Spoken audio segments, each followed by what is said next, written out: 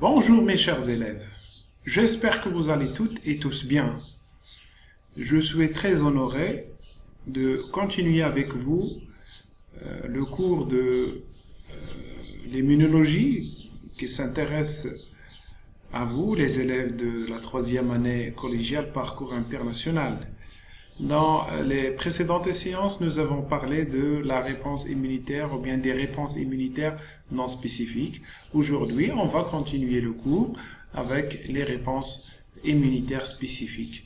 Ça veut dire les réponses qui distinguent l'agent pathogène qui a pénétré à l'intérieur de l'organisme.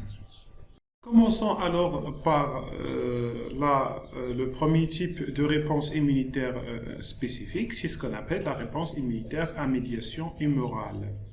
Réponse immunitaire à médiation humorale. Pour comprendre qu'est-ce que ça veut dire une réponse immunitaire à médiation humorale, je vous invite, mes chers élèves, à suivre avec moi cette activité dans laquelle on va exploiter des données pour savoir de quoi s'agit-il en principe. Des analyses hématologiques, ça veut dire des analyses de sang, ont été effectuées sur une personne atteinte de tétanos, maladie causée par une bactérie appelée bacille tétanique. Donc, la maladie de tétanos, c'est une maladie dont l'agent responsable, c'est quoi? C'est le bacille tétanique. Ces analyses ont dévoilé les résultats suivants. Présence de la toxine tétanique dans le sang, et c'est une substance toxique sécrétée par les bacilles tétaniques. Apparition de molécules protéiques appelées anticorps dans le sang. Le graphique ci-contre, celui-là, représente l'évolution de la quantité de ces substances dans le sang de la personne atteinte en fonction du temps en jours. Donc, quand vous regardez ici, nous avons dans ce graphique-là deux courbes. Une courbe rouge, c'est l'évolution de la quantité en unité arbitraire de la toxine tétanique. Et une autre courbe noire, c'est l'évolution de la quantité des anticorps antitétaniques en fonction de temps, aussi en unité arbitraire. Le temps ici, il est mesuré en jours. Pour exploiter ce document, nous avons un ensemble de questions sur lesquelles on doit répondre.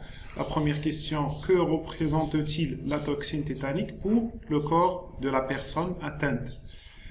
Analyser l'évolution de la quantité de la toxine tétanique en fonction du temps.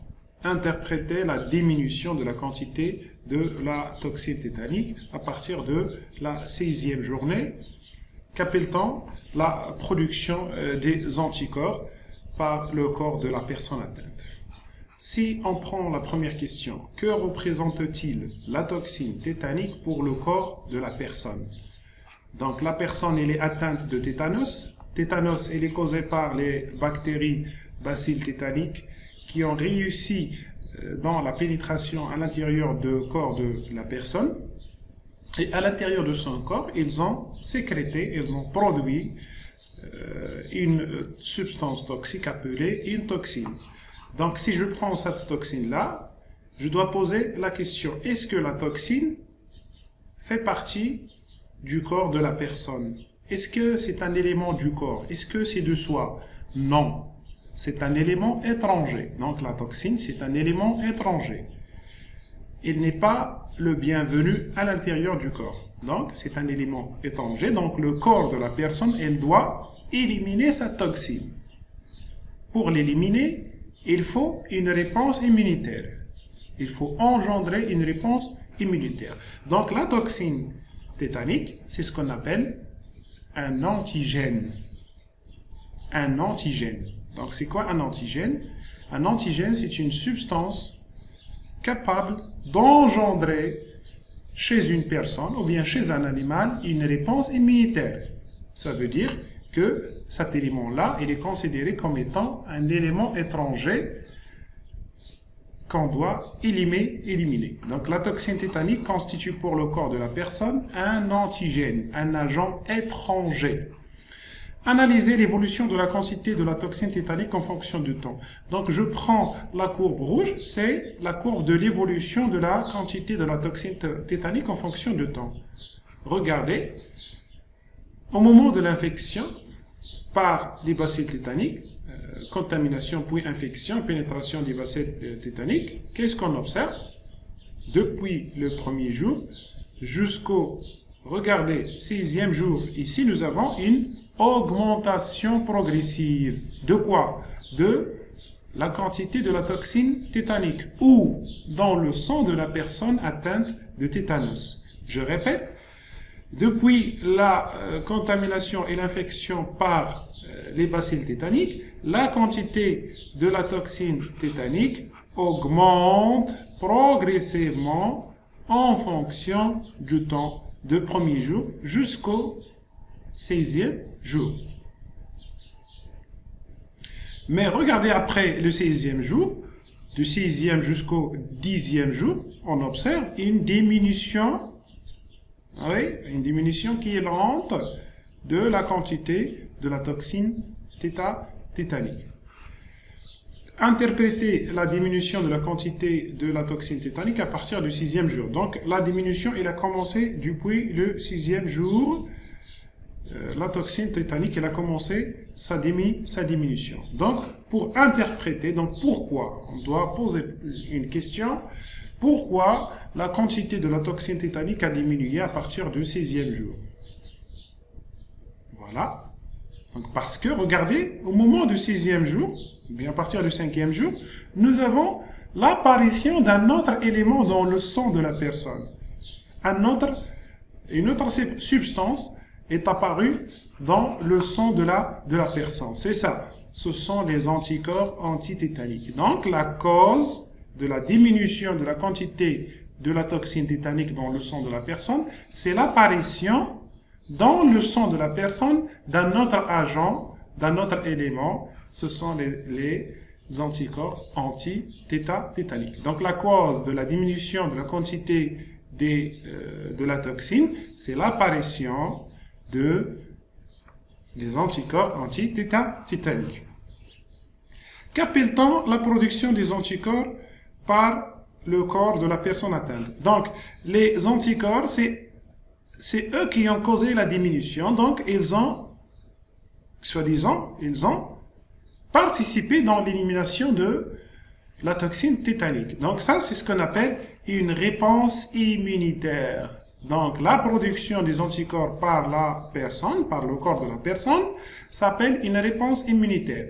Et il a pour objet quoi? L'élimination de l'agent étranger, de l'antigène, qui est la toxine tétanique.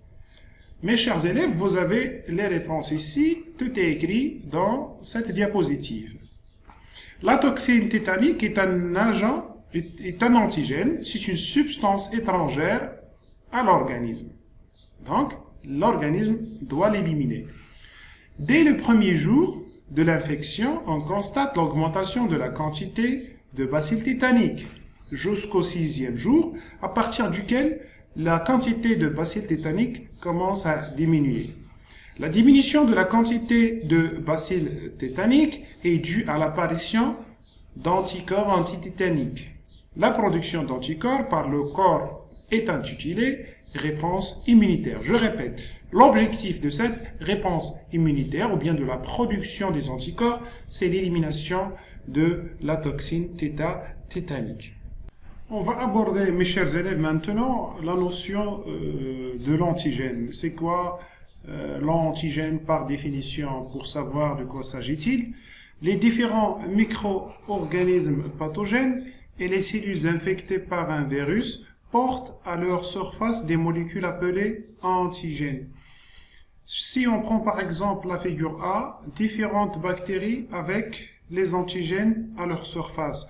Si je prends par exemple ce bacille, regardez, il présente sur sa membrane un ensemble, bien sur sa paroi, un ensemble d'entités. Ces entités-là, c'est ce qu'on appelle les antigènes. Aussi, au niveau de ce micro-organisme-là, nous avons ces entités-là. Ce sont des antigènes.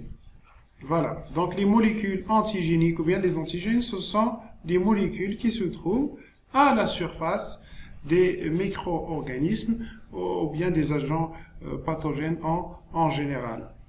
La figure B, deux cellules infectées par deux virus différents et représentent à leur surface des antigènes. Donc nous avons des antigènes viraux.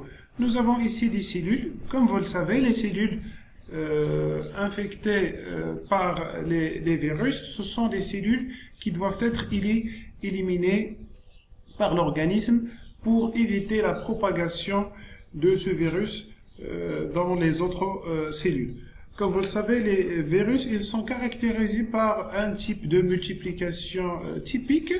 C'est la multiplication à l'intérieur des cellules vivantes ou bien ce qu'on appelle le parasitisme obligatoire. Quand un virus entre dans une cellule, la cellule présente à sa surface les antigènes viraux qui indiquent que ces cellules-là sont infectées par le virus. Alors le système immunitaire doit se mobiliser pour éliminer ces cellules-là. Donc à la surface de cellules infectées, nous trouvons des molécules virales ou bien des antigènes viraux qui indiquent que ces cellules-là sont infectées par le virus. Donc, pour exploiter les documents proposés, on doit définir ce qu'on appelle un antigène. Donc, c'est quoi un antigène? Un antigène, c'est un corps étranger capable d'induire ou bien de provoquer une réponse immunitaire. Je répète, un anticorps, c'est un agent étranger capable d'induire ou bien de provoquer une réponse immunitaire. On le trouve sous forme de molécules à la surface des micro-organismes pathogènes ou de cellules infectées par un virus. Donc, pour conclure, mes chers élèves, quand on parle d'un antigène, ça veut dire un agent étranger qui cause une réponse ou bien qui aboutit à une réponse immunitaire. Dans la plupart des cas, la réponse immunitaire, il finira par l'élimination de cet agent étranger appelé l'antigène. Mise en évidence des caractéristiques de la réponse immunitaire humorale. Pour mettre en évidence les caractéristiques de la réponse immunitaire humorale, je vous propose cette activité qui va nous permettre de connaître les caractéristiques ou bien les propriétés de la réponse immunitaire humorale. Le document suivant représente les expériences réalisées sur des souris. Qu'est-ce qu'on doit faire pour exploiter ce document-là? On doit expliquer les résultats expérimentaux obtenus. Donc, regardez pour la première expérience. Nous avons une souris A. Cette souris-là, elle a été injectée par une toxine tétanique. C'est quoi la toxine tétanique? La toxine tétanique, c'est une toxine sécrétée par le bacille tétanique. Après 3 semaines, on assiste à la mort de la souris. Donc, on doit expliquer donc les résultats obtenus. Le résultat de cette expérience, c'est la mort de la souris A. Pourquoi la souris A est morte? Très bien, c'est à cause de la toxine tétanique. Donc, la mort de la souris A, elle est due à la toxine tétanique. Donc, la toxine tétanique, c'est une substance toxique qui est très dangereuse et qui aboutit à la mort de l'animal ou bien elle peut aboutir aussi à la mort de l'homme. Aussi, on peut expliquer la mort de la souris par le manque de l'immunité chez la souris A. La souris A n'a pas d'immunité pour arrêter ou bien pour éliminer la toxine tétanique. C'est pour cela que la souris A est tombée morte après 3 semaines. Donc, la réponse immunitaire ou bien l'immunité qui fait face à la toxine tétanique, ce n'est pas une immunité naturelle parce que ça n'existe pas chez la souris depuis sa naissance. Deuxième expérience, injection d'anatoxine tétanique. C'est quoi anatoxine tétanique? Anatoxine tétanique égale toxine tétanique rendue inactive par la chaleur ou le formol. L'anatoxine, c'est une toxine mais qui n'est pas active. On peut dire que c'est une toxine affaiblie par quoi? Par le formol ou bien la chaleur. Injection de l'anatoxine tétanique à une souris B. 3 semaines plus tard, la souris B, elle survit. Elle n'est pas morte. Elle n'est pas tombée morte. Donc l'anatoxine n'a pas causé, comme la toxine, la mort de la souris B. Après, qu'est-ce qu'on a fait? La souris B qui a survécu après son injection par l'anatoxine tétanique, elle a été injectée une deuxième fois par, cette fois-ci, la toxine tétanique. La toxine proprement dite, elle a été injectée à la souris B. 3 semaines plus tard, la souris B, elle survit. Elle n'est pas morte. Donc pourquoi? Pourquoi la souris B n'est pas morte? Parce que, regardez, elle est immunisée contre la toxine tétanique. Et comment elle a été immunisée par contre la toxine tétanique? C'est par son injection par l'anatoxine tétanique. Donc, au moment de l'injection de l'anatoxine tétanique à la souris B, et après 3 semaines, la souris B, elle est immunisée. Elle acquiert l'immunité contre la toxine tétanique. C'est pour cela, quand on a injecté la toxine proprement dite à la souris B, après 3 semaines, on assiste à la survie de la souris. Donc, les réponses. Explication des résultats. Expérience 1. La mort de la souris A est à cause de l'injection de la toxine tétanique. La toxine tétanique est une substance toxique sécrétée par le bacille tétanique. La souris A, elle n'est pas immunisée contre la toxine tétanique. Alors que pour l'expérience 2, la survie de la souris B est grâce à l'acquisition de l'immunité contre la toxine tétanique suite à l'injection de la toxine tétanique 3 semaines en avant. La souris B est immunisée contre la toxine tétanique. Donc, comment la souris B est rendue immunisée contre la toxine tétanique? C'est par son injection au début, avant 3 semaines, par une anatoxine tétanique. Je répète, anatoxine, c'est une toxine affaiblie, rendue inactive par la chaleur ou par le formol. Déterminons maintenant l'origine des anticorps. Le tableau suivant résume les résultats des expériences réalisées sur des souris. Nous avons 2 expériences, l'expérience 1 et l'expérience 2. Chacune des 2 expériences, elle a été réalisée dans 2 étapes. La première étape de la première expérience, nous avons une souris normale. Dans sa deuxième étape, nous avons injecté des antigènes de salmonelle qui sont des bactéries à la souris. Et 25 jours plus tard, nous avons mis en évidence une grande quantité de lymphocytes B dans le sang de cette souris-là et aussi une grande quantité d'anticorps anti-salmonelle dans le sang de la même souris. Deuxième expérience. La souris dont on a détruit les lymphocytes par irradiation, puis nous avons injecté des salmonelles, des bactéries à cette souris-là, c'est comme la première expérience, aucun lymphocyte B dans le sang, aucun anticorps anti-salmonelle dans le sang. Pour exploiter ce tableau-là, il faut déduire à partir des résultats des expériences l'origine des anticorps. Donc à partir des résultats des expériences, la première expérience est une expérience témoin. Donc nous avons l'augmentation de la quantité des lymphocytes B, elle est en coïncidence avec il concorde avec l'augmentation de la quantité d'anticorps anti-salmonelle. Cela veut dire que ces anticorps, ils ont pour origine ces lymphocytes B. Et ce qui prouve cela, c'est quand on a détruit les lymphocytes, on n'a pas d'anticorps. Donc l'origine des anticorps, c'est quoi? Ce sont les lymphocytes B. Et ce sont un type de globules blancs. Ce sont des cellules sanguines. On va entamer maintenant, mes chers élèves, la reconnaissance de l'antigène et la production des anticorps par les lymphocytes B. Le schéma suivant illustre les étapes de la réponse immunitaire à médiation humorale. La première étape, regardez, c'est la reconnaissance de l'antigène par le lymphocyte B. Après la reconnaissance, ce lymphocyte B se multiplie.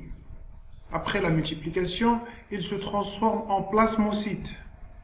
Ces plasmocytes-là sont les responsables de la sécrétion des anticorps. Donc regardez ici, cette observation microscopique nous montre des lymphocytes B sécréteurs d'anticorps. Ce sont des plasmocytes. Donc par définition, un plasmocyte c'est quoi? C'est un lymphocyte B sécréteur d'anticorps. Décrire comment se déclenche-t-il la production des anticorps après la contamination par un antigène. Donc après la contamination par un antigène, les lymphocytes B sont activés et sensibilisés et reconnaissent l'antigène puis se transforment en plasmocytes qui sécrètent des anticorps spécifiques qui circulent dans le sang et dans la lymphe à l'intérieur du corps. Donc, c'est une réponse immunitaire spécifique à voie ou bien à médiation humorale. Quand on parle d'une réponse immunitaire spécifique à médiation humorale, ça veut dire que le corps réagit à la pénétration d'un agent pathogène par la production de quoi? Des anticorps. La question que l'on doit se poser, mes chers élèves, maintenant, quelles sont les caractéristiques de la réponse immunitaire humorale? Le document suivant montre des expériences réalisées sur des cobayes. Le cobaye, c'est un animal utilisé souvent en laboratoire pour la réalisation des expériences. Le cobaye A qui a guéri de la diphtérie. La diphtérie, c'est une maladie dont l'agent responsable, ce sont les bacilles diphtériques. Qu'est-ce qu'on a fait? Nous avons prélevé du sérum. Ce sérum-là contient des anticorps antidiphtériques. Pourquoi? Parce que le cobaye A, il a guéri de la diphtérie. Donc, dans son sérum, il y a des anticorps. Dans la première expérience, nous avons injecté le sérum prélevé du cobaye A au cobaye B. Et en même temps, le cobaye B il a été injecté par la toxine diphtérique. Le résultat, la survie de cobaye B. Deuxième expérience, le même sérum de cobaye A qui a guéri de la diphtérie, il a été injecté au cobaye C. Et le cobaye C, il a été injecté aussi en même temps par la toxine tétanique. Cette fois-ci, le résultat, c'est la mort du cobaye.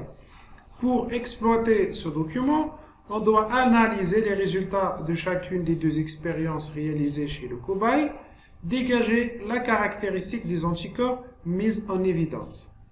Donc, regardez la première expérience, son résultat, c'est la survie de cobaye B.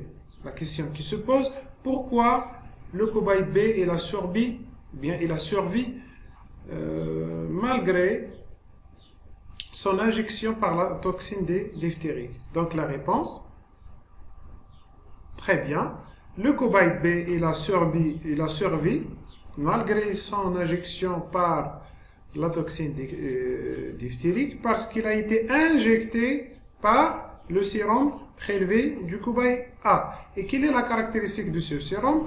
Il contient des anticorps antidiphtériques. Donc cette toxine-là, elle a été neutralisée dans le corps de ce cobaye A grâce à la présence de quoi? Des anticorps antidiphtériques.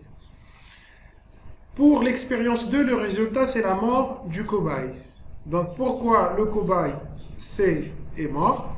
Il n'a pas survécu, mais il n'a pas survécu parce que, regardez, il a été injecté par le sérum du cobaye A. Cela veut dire que son corps il est immunisé contre la toxine diphtérique.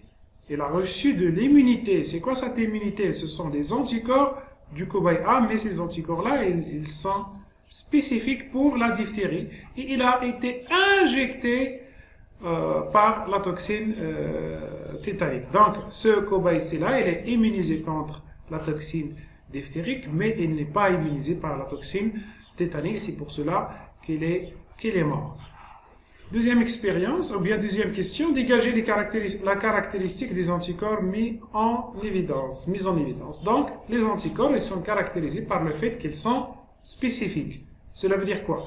Les anticorps antidiphtériques, ils sont spécifiques pour la toxine diphtérique. Et ils ne le sont pas pour la toxine tétanique. Donc, pour avoir une immunité contre la toxine tétanique, nous avons besoin d'un sérum qui contient des anticorps anti-tétaniques. La spécificité des anticorps. Les anticorps sont des protéines ayant toute la même forme générale en Y, mais qui diffèrent par leur extrémité, qui se fixent sur les antigènes. Donc la figure A, il nous montre la reconstitution par ordinateur d'un anticorps fixant un antigène. Donc nous avons ici l'anticorps qui est une protéine sous forme de la lettre Y majuscule. Il se fixe sur l'antigène. La figure B, il nous montre l'association antigène-anticorps. Donc regardez cet anticorps qui se forme de Y majuscule. Il se fixe à la bactérie qui présente des antigènes à la surface de sa paroi. Il y a une liaison entre l'antigène et l'anticorps. Pourquoi? Parce qu'il y a une certaine compatibilité de la forme géométrique de l'antigène avec l'anticorps. Par exemple, on prend ici ces anticorps qui sont sous forme de triangle. Aussi, l'extrémité de fixation pour les anticorps, elle est sous forme de triangle. Il y a compatibilité, donc il y a possibilité de liaison, d'association. Aussi, pour l'anticorps, le deuxième type d'anticorps ici, qui est sous forme d'un arc, pour l'extrémité de fixation de l'anticorps sur l'antigène. L'antigène aussi, il est sphérique, ce qui permet une compatibilité, ce qui aboutit à la fixation et l'association entre l'antigène et l'anticorps. Mais si je prends ce premier type d'anticorps et que je le mélange avec le deuxième type d'antigène, il n'y aura pas d'association parce qu'il n'y a pas compatibilité. C'est la même chose pour le deuxième type d'anticorps avec le premier type d'antigène. Donc, cela veut dire que les antigènes, ils sont spécifiques. Les anticorps, ils sont spécifiques. Cet anticorps-là, il est spécifique pour ce type d'antigène et celui-là, il est spécifique pour ce deuxième type d'antigène. Cela veut dire qu'il n'y aura pas de liaison qu'avec ce type d'antigène. Production d'anticorps spécifiques par les lymphocytes B. Voilà, donc les anticorps produits par les lymphocytes B, ils s'associent avec les antigènes qui se trouvent par exemple à la surface de la bactérie. Cette association aboutit à la formation de ce qu'on appelle un complexe antigène-anticorps. C'est un complexe immun. Ce complexe-là, il a pour objet la neutralisation des antigènes reconnus. Et après, quand le complexe immun est formé, un macrophage arrive pour phagocyter ce complexe humain et détruire, éliminer ainsi l'antigène. Montrer pourquoi dit-on que l'action des anticorps sur l'antigène est spécifique, et puis montrer comment les anticorps interviennent-ils dans la réponse immunitaire humorale. L'action des anticorps est spécifique car il se fixe sur un seul type d'antigène. Les anticorps interviennent dans la réponse immunitaire humorale en formant avec l'antigène un complexe appelé le complexe humain ou association antigène-anticorps. Ce dernier est facilement ingérable par la cellule phagocytaire, le macrophage. L'autre caractéristique de la réponse immunitaire humorale, c'est ce qu'on appelle la mémoire immunitaire. Le graphique ci-dessous montre l'évolution du nombre d'anticorps spécifiques dans le sang de cheval après 2 injections consécutives avec le même antigène. Donc regardez le graphique. Dans son axe d'ordonnée, il nous montre la quantité d'anticorps dans le sang en unité arbitraire, dans le sang du cheval. Et l'axe des abscisses, nous avons le temps en semaines. Pour exploiter ce document, on doit répondre aux questions suivantes. Comparer la réponse immunitaire après un premier contact avec l'antigène à celle du deuxième contact avec le même antigène. Montrer pourquoi certaines maladies ne s'attaquent qu'une fois malgré le contact en permanence avec l'antigène. Définissez qu'est-ce que la mémoire immunitaire. Donc, commençons par la première question. Comparer la réponse immunitaire après un premier contact avec l'antigène à celle du deuxième contact avec le même antigène. Donc, nous avons ici le premier contact. Voilà, le premier contact avec l'antigène. Regardez la durée qu'a fait le corps pour produire les antigènes. C'est presque une semaine d'attente après le premier contact, et regardez la quantité des antigènes produites, c'est une faible quantité. Donc, après le premier contact avec un antigène, le corps, il met du temps pour produire une faible quantité d'antigènes. Mais après le deuxième contact avec le même antigène, regardez, on assiste à une production rapide d'antigènes. Regardez, 2 jours ou bien même pas 2 jours, 3 jours ou bien 2 jours. Regardez comment il a réagi, le corps. Il a produit rapidement les anticorps, antigènes, et avec une grande quantité qui est supérieure à la réponse de la première, ou bien du premier contact. Donc la réponse primaire et la réponse secondaire. La réponse primaire, elle est lente, il n'est pas efficace, mais la deuxième réponse, elle est très rapide, il est très efficace. Montrer pourquoi certaines maladies ne s'attaquent qu'une seule fois malgré le contact en permanence avec l'antigène. Donc pourquoi il ne s'attaque? Parce que lors du deuxième contact, il sera directement éliminé parce que le corps sait déjà qu'il a été en contact avec cet antigène au préalable. Donc c'est ça ce qu'on appelle la mémoire immunitaire. Le corps ou bien le système immunitaire, il garde les indices ou bien les traces de l'antigène dont il était en contact au début. Pourquoi? Pour que le deuxième et le troisième ou bien le quatrième contact soit, la réponse immunitaire de ce contact-là soit très très efficace, plus efficace que les étapes précédentes. Définissez qu'est-ce qu'une réponse immunitaire. La réponse immunitaire, c'est la capacité du système immunitaire à garder, soi-disant, les données de l'antigène dont il était en contact au début. Donc cette réponse immunitaire, ça permet cette mémoire immunitaire, ça permet une réponse immunitaire secondaire, tertiaire, etc., qui est très très efficace. Donc les réponses, elles sont là. Réponse immunitaire après un premier contact avec l'antigène. Réponse lente, production de faible quantité d'anticorps. Réponse immunitaire après un second contact avec le même antigène. Réponse très rapide et production d'une grande quantité d'anticorps.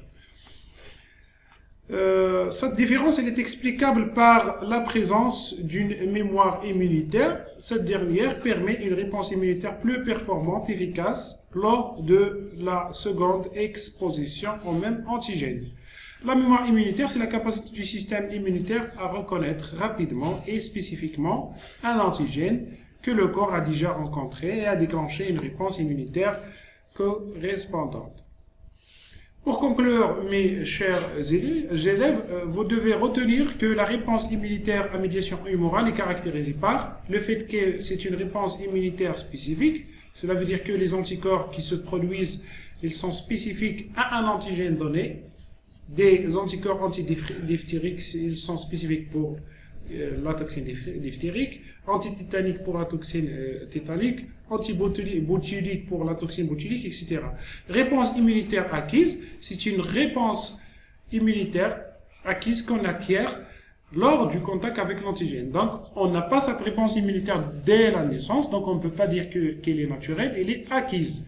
Réponse immunitaire tardive, ça prend du temps pour agir, et c'est une réponse qui présente une mémoire immunitaire qui permet une réponse immunitaire dans le second contact, une réponse qui est très très efficace et qui permet d'éliminer rapidement l'antigène lors du deuxième contact. Elle fait intervenir les lymphocytes B qui sécrètent des anticorps participant dans l'élimination de l'antigène. Donc quand on parle de la réponse immunitaire humorale, c'est une réponse par la production des anticorps par qui? Par les lymphocytes B. Merci de votre attention.